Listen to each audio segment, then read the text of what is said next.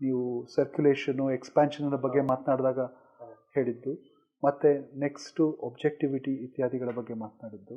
Next ನೀವು ಯಾಕೆ ಕನ್ನಡದಲ್ಲಿ ಇದ್ದಂತಹ ಆ ಥರದ ಪ್ರೋಗ್ರೆಸಿವ್ ಟೆಂಡೆನ್ಸೀಸ್ ಎಲ್ಲಿ ಮಾಯ ಆಗೋಯ್ತು ಅಂತ.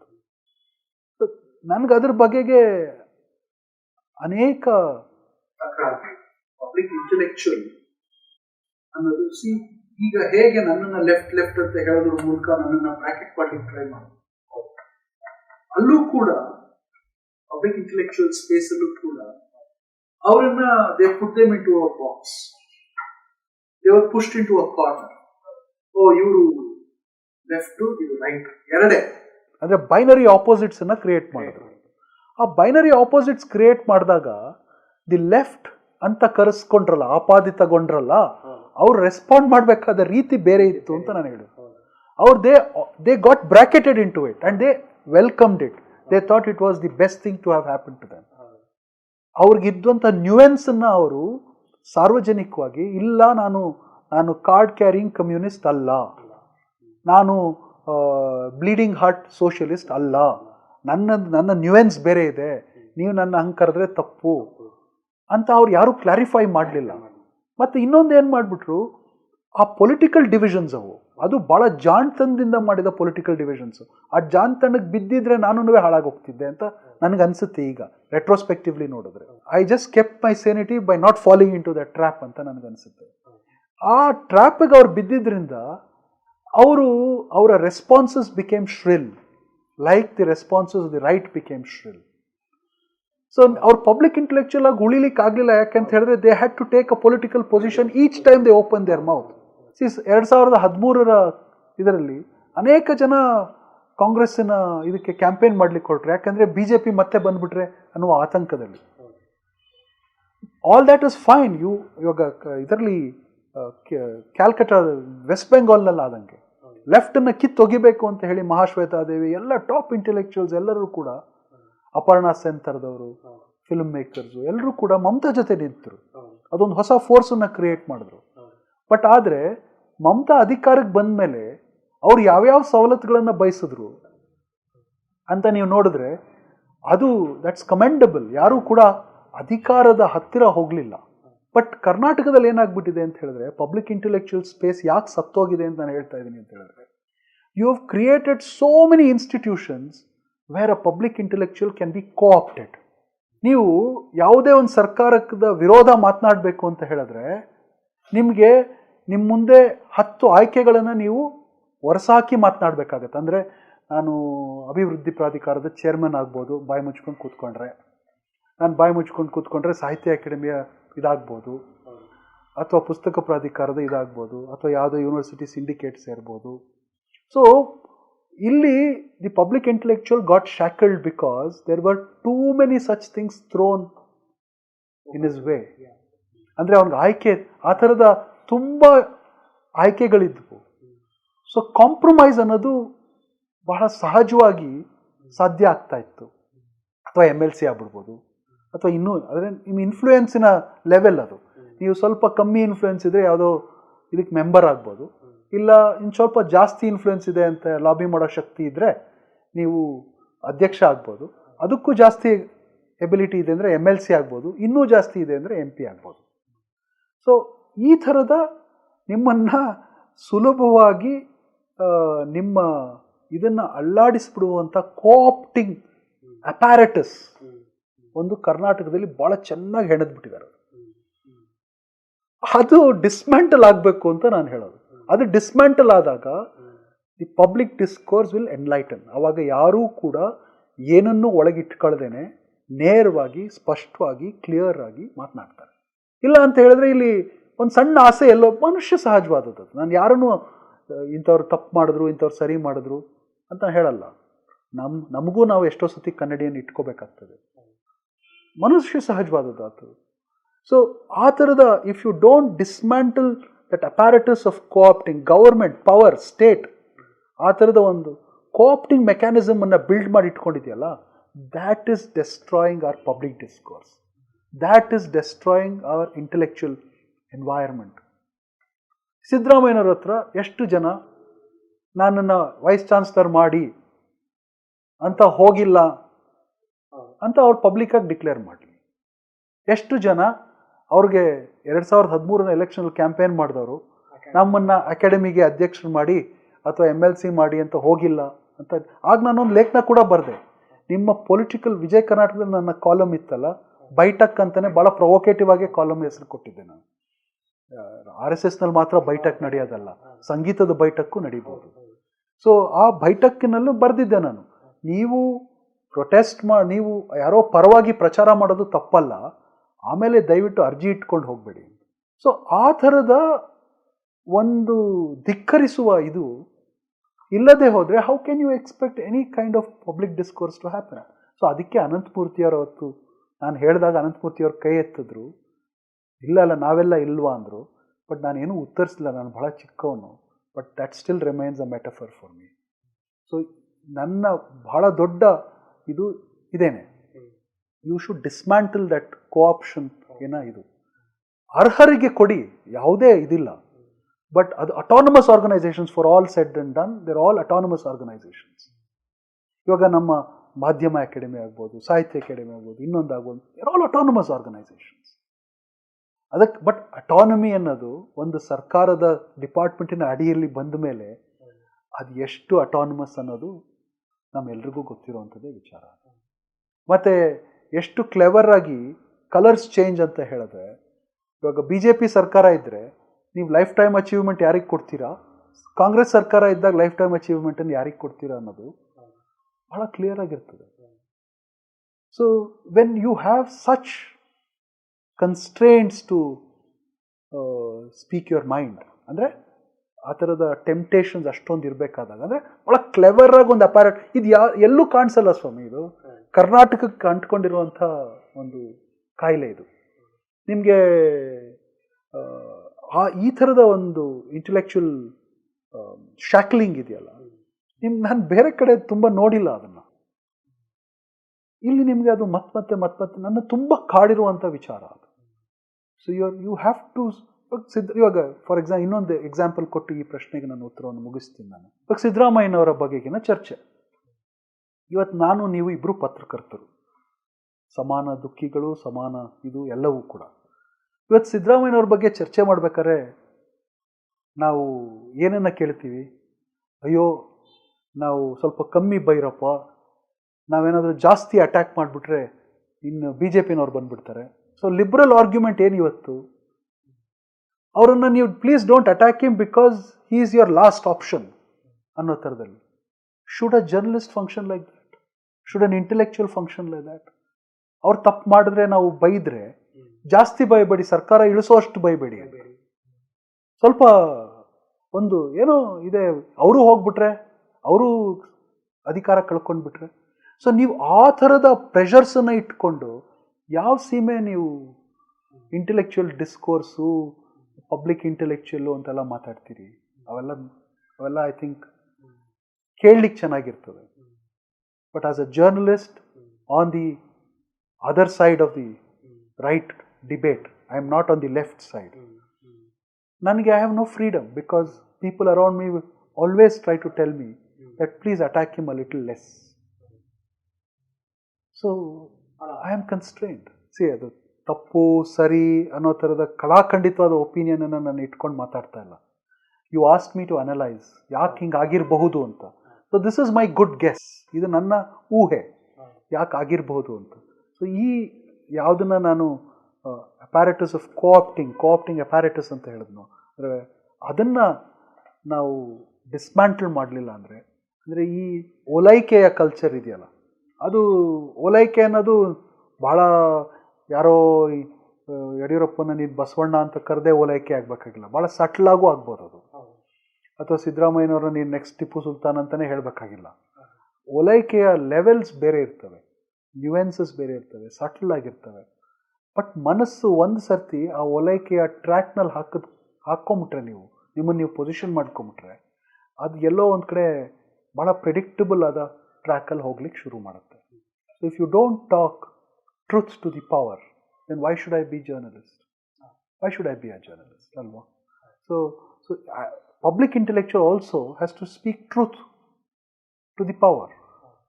ಸೊ ಸಿದ್ದರಾಮಯ್ಯನವ್ರು ಮಾಡಿರೋದು ಎಲ್ಲವೂ ಸರಿಯಲ್ಲ, ಅವ್ರು ಮಾಡಿರೋದು ಎಲ್ಲವೂ ಕೆಟ್ಟದಲ್ಲ. ಅವ್ರ ಅನ್ನಭಾಗ್ಯವನ್ನು ಮಾಡಿದಾಗ ಅವ್ರನ್ನ ಡಿಫೆಂಡ್ ಮಾಡ್ಕೊಂಡಂಥ ಏಕೈಕ ಎಡಿಟರ್ ನಾನಾಗಿದ್ದೆ. ಆದರೆ ಎಕನಾಮಿಕ್ಸನ್ನು ಎಕ್ಸ್ಪ್ಲೇನ್ ಮಾಡಿದ್ದೆ. ಅವ್ರು ಮಾಡಿದ್ದ ಅವರ ಮೂಢನಂಬಿಕೆಯ ಬಿಲ್ ಶುರುವಾದದ್ದೇ ನಮ್ಮ ಪತ್ರಿಕೆಯ ಕಚೇರಿಯಿಂದ. ಯಾಕಂದರೆ ಅದರ ಡ್ರಾಫ್ಟಿಂಗನ್ನು ಮಾಡಿಸಿದ್ದು ನ್ಯಾಷನಲ್ ಸ್ಕೂಲ್ ಆಫ್ ಲಾನ ಇನ್ವಾಲ್ವ್ ಮಾಡ್ಕೊಂಡು ಮೊದಲು ಡ್ರಾಫ್ಟ್ ಮಾಡಿಸಿದ್ದು ವಿಜಯ ಕರ್ನಾಟಕ. ಸೊ ಅನೇಕ ಆ ಥರದ ಇದ್ರ ಜೊತೆಗೆ ನಾವು ಮಾಡಿದ್ದೀವಿ. ಬಟ್ ಆದರೆ ವಾಟ್ ಅಸ್ಟಾನಿಷಸ್ ಮೀ ಅಂತ ಹೇಳಿದ್ರೆ, ಅವರ ತಪ್ಪನ್ನು ಯಾರೂ ಗಟ್ಟಿಯಾಗಿ ಎದ್ದು ನಿಂತ್ಕೊಂಡು ಹೇಳ್ತಾರೆ. ಫಾರ್ ಎಕ್ಸಾಂಪಲ್, ನಾನು ಲೋಕಾಯುಕ್ತದ ಕ್ಯಾಂಪೇನನ್ನು ನಡೆಸ್ತಾ ಇದ್ದಾಗ ತಪ್ಪು ಮಾಡಿದ್ರು ಅಂತ ಹೇಳಿ, ಅದೇ ಇಡೀ institution is now dead. An institution that was alive and kicking in the last just about 4-5 years ago is now almost dead. You don't even hear about it. ಅಂದರೆ ಅದನ್ನು ಎಷ್ಟು ಚೆನ್ನಾಗಿ ಅದಕ್ಕೆ you pull the shroud on it. So ಅದನ್ನು ನಾವು ಮಾಡಿದಾಗ ತುಂಬ ಜನ ನಮ್ಗೆ ಹೇಳೋಕ್ಕೆ ಪ್ರಯತ್ನ ಪಟ್ಟಿದ್ದು, ನೋಡಿ ನೀವು ಅಷ್ಟೊಂದು ಅಟ್ಯಾಕ್ ಮಾಡಿಬಿಟ್ರಿ, ಅದರಿಂದ ಆ ಸಂಸ್ಥೆನೇ ಮುಗಿಸ್ಬಿಟ್ರು ಅವರು. ಹಂಗಾರೆ ನಾನು ಒಬ್ಬ ಪತ್ರಕರ್ತನಾಗಿ ಅಲ್ಲಿ ಭ್ರಷ್ಟಾಚಾರ ನಡೀತಾ ಇದೆ, ಲೋಕಾಯುಕ್ತ ಮತ್ತು ಅವರ ಮಗ ಮತ್ತು ಅವರ ಸುತ್ತ ನಮ್ಮ ಹಲವಾರು ಪತ್ರಕರ್ತರೂ ಸೇರಿದಂಗೆ ಎಲ್ಲರೂ ಇನ್ವಾಲ್ವ್ ಆಗಿದ್ದಾರೆ ಅಂತ ನಾವು ಹೇಳಿದ್ದು ತಪ್ಪೇ. ಅಂದರೆ ನಾವು ತಪ್ಪು ಮಾಡಿದ್ದಿದ್ರೆ ಯು ಶುಡ್ ಹ್ಯಾವ್ ಸೂಡ್ ಅಸ್. ನಾವು ಆಧಾರದ ಸಮೇತವಾಗಿ ಅದನ್ನು ನಿಮ್ಮ ಮುಂದೆ ಇಟ್ವಿ ನಾವು. ಸೊ ಅದಕ್ಕೆ ನೀವು ನಿಮ್ಮ response should have been to bolster that institution, ಅದನ್ನು ಕ್ಲೀನಪ್ ಮಾಡುವ, ಅದಕ್ಕೆ ಇನ್ನೂ ಅದರ ಈ ಥರದ ಸೋರಿಕೆಗಳನ್ನು ತಪ್ಪಿಸುವ, ಅಥವಾ ಸಡಲ ಆಗೋಗಿತ್ತಲ್ಲ ಅದನ್ನು ಮತ್ತೆ ಅದರ ಬಂಧವನ್ನು ಗಟ್ಟಿಯಾಗಿ ಕಟ್ಟಿಡುವ ಕೆಲಸವನ್ನೂ ಮಾಡ್ಬೋದಿತ್ತಲ್ವ. ಸೊ ಇನ್ನೊಂದೇನೋ ಮಾಡಿ ಅದನ್ನು ಡಿಸ್ಮ್ಯಾಂಟಲ್ ಮಾಡೋದು ಬಹಳ ಸುಲಭದ ಕೆಲಸ ಅದು. ಅಂದರೆ ಅಧಿಕಾರದಲ್ಲಿದ್ದಾಗ ಅದು ಭಾಳ ಸುಲಭ. If you just become indifferent about it will die. ಅಧಿಕಾರ ಅನ್ನೋದು ಅಷ್ಟು ಪವರ್ ಅನ್ನೋದು ಅಷ್ಟು ಪವರ್ಫುಲ್ ಆಗುತ್ತೆ. You just have to be indifferent. I just don't care. So ನೀವು 3 ದಿವಸ ಬರೀತೀರಾ ಬರ್ಕೊಳ್ಳಿ, 6 ದಿವಸ ಬರೀತೀರಾ ಬರ್ಕೊಳ್ಳಿ, 6 ತಿಂಗಳು ಬರೀತೀರಾ ಬರ್ಕೊಳ್ಳಿ, ನಾನು ರಿಯಾಕ್ಟ್ ಮಾಡಲ್ಲ. ಸೊ ಇಂಡಿಫರೆನ್ಸ್ ಯಾವಾಗ ಒಂದು ಸರ್ಕಾರಕ್ಕೆ ಅಥವಾ ರಾಜಕಾರಣಿಯಲ್ಲಿ ಅಥವಾ ಒಂದು ಪವರಿನ ಇಟ್ಕೊಂಡಿರುವಂಥವ್ರಲ್ಲಿ ಬರ್ತದೋ ಆವಾಗ ಅದಕ್ಕೆ ನಾವು ಬೇರೆ ರೀತಿ ರೆಸ್ಪಾಂಡ್ ಮಾಡಲೇಬೇಕಾಗ್ತದೆ. ಸೊ ಶಾಕ್ ಥೆರಪಿಯನ್ನು ಒಬ್ಬ ಜರ್ನಲಿಸ್ಟ್ ಕೊಡಲೇಬೇಕಾಗ್ತದೆ. ಸೊ ಸಿದ್ದರಾಮಯ್ಯನವರ ಬಗೆಗೆ ನಾನು ಅಥವಾ ನನ್ನ ಸಂಪಾದಕತ್ವದಲ್ಲಿ ನಡೆದ ಇದು speaking truth to the power ಮಾಡಿದ್ವಲ್ಲ, ಅದು ನಾನು ಔಟ್ಲುಕ್ನಲ್ಲಿದ್ದಾಗ ಯಡಿಯೂರಪ್ಪನವ್ರ ಬಗ್ಗೆನೂ ಮಾಡಿದೆ. Why is it that nobody says that we also for the first ಔಟ್ಲುಕ್ಕಲ್ಲಿ first criminal defamation case of Janardhan Reddy was filed against Vinod Mehta and me. ಯಾಕಂದರೆ ಎಲ್ಲರೂ ಎಚ್ಚೆತ್ಕೊಳ್ಳೋಕೆ ಮುಂಚೆ we spoke about the modus operandi of the Reddy brothers in ಬಳ್ಳಾರಿ. Loot ಅನ್ನೋದು ಹೇಗೆ ಆಗುತ್ತೆ ಅನ್ನೋದು. ಆಮೇಲೆ everybody stepped in, other national papers came in. And when I wrote the story in Outlook, and thankfully I could not have written that without an editor like Vinod Mehta, Y.S. Rajshekar Reddy was very much alive. Janardhan Reddy and brothers and all of them were in power here. And Yediyurappa was the chief minister of the state. They were managing the show. They were managing the show and we still spoke power, truth to the power. But ಆದರೆ ಇಬ್ಬರೂ ಮುಖ್ಯಮಂತ್ರಿಗಳ ಬಗ್ಗೆ ಒಂದು ಹೇಳಬೇಕು, neither Yediyurappa held it against me ನಾರ್ does Siddaramaiah, ನಾರ್ ಯಾವತ್ತೂ ಅವ್ರಿಗೆ ಅನ್ಕಂಫರ್ಟಬಲ್ ಮಾಡಿದಾಗ ಐ ಡೋಂಟ್ ಥಿಂಕ್ ಸಿದ್ದರಾಮಯ್ಯ ಯಾವತ್ತೂ ಫೋನ್ ಮಾಡಿ ಯಾಕೆ ಹಿಂಗೆ ಮಾಡಿಬಿಟ್ರಿ, ನಮಗೆ ನಾವು ಇದು ಮಾಡಬೇಡಿ, ಟೋನ್ ಡೌನ್ ಮಾಡ್ಕೊಳ್ಳಿ, ನಿಮ್ಮ ಮಾಲೀಕರ ಹತ್ರ ಮಾತಾಡ್ತೀನಿ, ಯಾವತ್ತೂ ಮಾಡಿಲ್ಲ. ಅಷ್ಟರ ಮಟ್ಟಿಗೆ is democratic. And I should extend that to Yediyurappa as well, because Outlook in a cover openly said it was the most corrupt state. ಅವ್ರ ಪಿಕ್ಚರ್ ಇತ್ತು, ಅದನ್ನು ಅನೇಕ ಪ್ರೆಸ್ ಕಾನ್ಫರೆನ್ಸ್ಗಳಲ್ಲಿ ಅವರ ವೈರಿಗಳು ಅದನ್ನು ಎತ್ತಿಟ್ಕೊಂಡು ಮಾಡಿದ್ರು. ನಾನು ನನ್ನ ಮೈನಿಂಗ್ ಸ್ಟೋರಿಯನ್ನು ಆಂಧ್ರ ಪ್ರದೇಶನಲ್ಲಿ Chandrababu Naidu, all the TDP MLAs held it in their hand in the assembly. Y.S. Rajasekhar Reddy ಮುಖಕ್ಕೆ ಹೇಳಿದ್ರು ಅದನ್ನು. In spite of all that we still enjoyed that kind of ಇದು. ಯಾಕೆ ಅಂತ ಹೇಳಿದ್ರೆ ಐ ಥಿಂಕ್ ಎಲ್ಲೋ ಒಂದು ಕಡೆ ನೀವು ಒಂದು ಸ್ಟೋರಿಯನ್ನು ಬರೆದು ಬಿಡೋದು, ಹಿತ್ಲಲ್ಲಿ ಹೋಗಿ ಕಾಂಪ್ರಮೈಸ್ ಮಾಡ್ಕೊಳ್ಳೋ ಪ್ರಯತ್ನ ಪಡೋದು, ಸರ್ ಇದು ಯಾವುದೋ ಪ್ರೆಷರ್ ಬಂದುಬಿಡ್ತು ಬರದೆ ಏನು ತಪ್ಪು ತಿಳಿಬೇಡಿ ಅಂತ ಫೋನ್ ಮಾಡಿ ಹೇಳೋದು. ಆ ಕಾಂಪ್ರಮೈಸಸ್ಗೆ ನೀವು ಜಂಪ್ ಆದಾಗ ಮಾತ್ರ the politician becomes very suspicious about you. But politician, let me tell you, they are the most intelligent human beings. ಅವ್ರು ನಿಮ್ಮನ್ನು ಭಾಳ ಶಾರ್ಪಾಗಿ ಗೇಜ್ ಮಾಡ್ತಾರೆ. ಅವ್ರಿಗೆ ನಿಮ್ಮ ವೀಕ್ನೆಸ್ಸನ್ನು ಪತ್ತೆ ಹಿಡಿಯೋದು ಭಾಳ ಸುಲಭದ ಕೆಲಸ ಅವರಿಗೆ. So you don't have to get in to that kind of a compromise. ಮುಂದೆ ಹೊಡೆಯೋದು, ಒಳಗಡೆ ಹೋಗಿ ರಾಜಿ ಆಗೋದು, ಒಳಗಡೆ ಕೈ ಕುಲುಕ್ ಪಡೋದು, ಅವೆಲ್ಲ ಅದರ ಅಗತ್ಯ ಇಲ್ಲ. ಮನುಷ್ಯತ್ವದ ನೆನೆಯಲ್ಲಿ ನಾವು ಮಾಡೋದು ಬೇರೆ. As professional I have never spoken my stories to any politician. ಅದು ಅಪಿಯರ್ ಆದಾಗ ನೋಡ್ಕೊಳ್ಳಿ ಅಷ್ಟೇ. ಸೊ ಇದು ನಮ್ಮ ಪಬ್ಲಿಕ್ ಡಿಸ್ಕೋರ್ಸ್ ಎಲ್ಲಿ ನಮಗೆ ಸಂಕಟ ಆಗ್ತಾ ಇದೆ, ಇವತ್ತು ತೊಂದರೆ ಆಗ್ತಾ ಇದೆ ಅಂತ ಹೇಳಿದ್ರೆ ಈ ಥರದ ಅನೇಕ ರಾಜಿಗಳು ಕ್ರಿಯೇಟ್ ಆಗೋಗಿರೋದ್ರಿಂದ. ಮತ್ತು the other big thing which we should speak about is the corporatisation of media. ಮೊದಲೇನಾಗ್ತಾ ಇತ್ತು, ಒಬ್ಬ ದೊಡ್ಡ ಬಿಸ್ನೆಸ್ ಮ್ಯಾನ್ಗೆ, ದೊಡ್ಡ ಬಿಸ್ನೆಸ್, ಸಿಮೆಂಟ್ ಬಿಸ್ನೆಸ್ಸಲ್ಲಿರೋರು, ಕನ್ಸ್ಟ್ರಕ್ಷನ್ ಬಿಸ್ನೆಸ್ಸಲ್ಲಿರೋದು, this was a small investment. ಅಂದರೆ ಒಂಥರದ ಪ್ರೆಸ್ಟೀಜ್ ಇನ್ವೆಸ್ಟ್ಮೆಂಟ್ ಅಥವಾ ಸೋಷಿಯಲ್ ಪ್ರೆಸ್ಟೀಜನ್ನು, ಕಲ್ಚರಲ್ ಕ್ಯಾಪಿಟಲನ್ನು ಇನ್ಕ್ರೀಸ್ ಮಾಡ್ಕೊಳ್ಳೋ ಥರದ ಇನ್ವೆಸ್ಟ್ಮೆಂಟ್ ಆಗಿರ್ತಾ ಇತ್ತು. ಬಟ್ ಈಗ it has become a whole business. So ಆಮೇಲೆ ಅನೇಕ ಜನ ರಾಜಕಾರಣಿಗಳು, ಮತ್ತೊಬ್ಬರು ಇನ್ನೊಬ್ಬರು, ನಾಟ್ ದ್ಯಾಟ್ ಒಬ್ಬ ರಾಜಕಾರಣಿ ಇನ್ವೆಸ್ಟ್ ಮಾಡಿದ ಕೂಡಲೇ it doesn't mean that the whole thing has to plummet or something else has to happen. But ನಾನು ಹೇಳ್ತಾ ಇರೋದೇನು ಅಂತ ಹೇಳಿದ್ರೆ, ಅನೇಕ ಅನುಮಾನಗಳನ್ನು ಕ್ರಿಯೇಟ್ ಮಾಡಿಬಿಡ್ತದೆ. ಸೊ ಹಾಗಾಗಿ ಜನ ಮೇನ್ ಸ್ಟ್ರೀಮ್ ಮೀಡಿಯಾನು ಕೂಡ ನಂಬುವ ಇದು ಕಮ್ಮಿ ಆಗಿದೆ. So because they know that you are compromised. ನೀವು ಇವತ್ತು ಹೇಳ್ತೀರಿ, ನಾಳೆ ಅದು ಇರೋದೇ ಇಲ್ಲ. There is no follow up. ಕ್ರೆಡಿಬಿಲಿಟಿಯನ್ನು ನಾವು ಎಲ್ಲೋ ಒಂದು ಕಡೆ ಆ ಕ್ರೆಡಿಬಿಲಿಟಿ ಅನ್ನೋದ್ರ ಕಡೆಗೆ ಗಮನವನ್ನು ಕಡಿಮೆ ಮಾಡ್ಕೊಂಡಿದ್ದೀವಿ ಅಂತ ಅನಿಸುತ್ತೆ. ಸೊ ಹಾಗಾಗಿ ಐ ಥಿಂಕ್ ನಮ್ಮ ಪಬ್ಲಿಕ್ ಡಿಸ್ಕೋರ್ಸ್ ಭಾಳ ವೀಕಾಗಿ ಕಾಣುತ್ತೆ. Corporatisation of the media has put entire focus on profits. ನಿಮಗೆ ಹೊಸ ಮೀಡಿಯಾ ಪ್ರಾಜೆಕ್ಟ್ ಮಾಡಿ ಅಥವಾ ಇನ್ನೊಂದೇನೋ ಮಾಡಿ ಅಂತ ಹೇಳಿದಾಗ ಭಾಳ ಉತ್ಸಾಹದಲ್ಲಿ ನಾವು ಸತ್ಯವನ್ನು ಹೇಳೋದಕ್ಕೋಸ್ಕರನೇ ಮಾಡ್ತೀವಿ, ಇನ್ನೊಂದು ಹೇಳೋದಕ್ಕೆ ಮಾಡ್ತೀವಿ, ನಮಗೆ ದುಡ್ಡಿಗೋಸ್ಕರ ಮಾಡ್ತಾ ಇಲ್ಲ, ನಮ್ಗೆ ಪೊಲಿಟಿಕಲ್ ಪವರ್ ಬೇಕಿಲ್ಲ, ನಾವು ಜನಕ್ಕೆ ಹತ್ತಿರ ಆಗಬೇಕು ಅಂತ ಮಾಡ್ತೀವಿ, ಇದೆಲ್ಲ ಹೇಳ್ತಾರೆ. ಬಟ್ 3 ತಿಂಗಳಲ್ಲಿ, because it's also very expensive business. News ಪ್ರಿಂಟಿನ ಕಾಸ್ಟ್ ಕಡಿಮೆ ಇಲ್ಲ, ಒಂದು ಟೆಲಿವಿಷನ್ ಚಾನಲ್ನ ರನ್ ಮಾಡುವ ಕಾಸ್ಟ್ ಬಹಳ ಕಡಿಮೆ ಇಲ್ಲ. So they come under pressure within 3 months. So within 3 months pressure ಬಂದ ಕೂಡಲೇ ಏನು ಮಾಡ್ತಾರೆ, ಸ್ಟೋರಿ TRP ಒಂದು ಕಡೆ ಬೇಕಿರ್ತದೆ. ಸೊ ಅದಕ್ಕೆ ಭಾಳ ಪ್ರೊವೊಕೇಟಿವ್ ಆಗಿ, ಭಾಳ ಟ್ರಿವಿಯಲ್ ಆದಂಥದ್ದನ್ನೆಲ್ಲನೂ ಹೈಲೈಟ್ ಮಾಡಲಿಕ್ಕೆ ಶುರು ಮಾಡ್ತಾರೆ.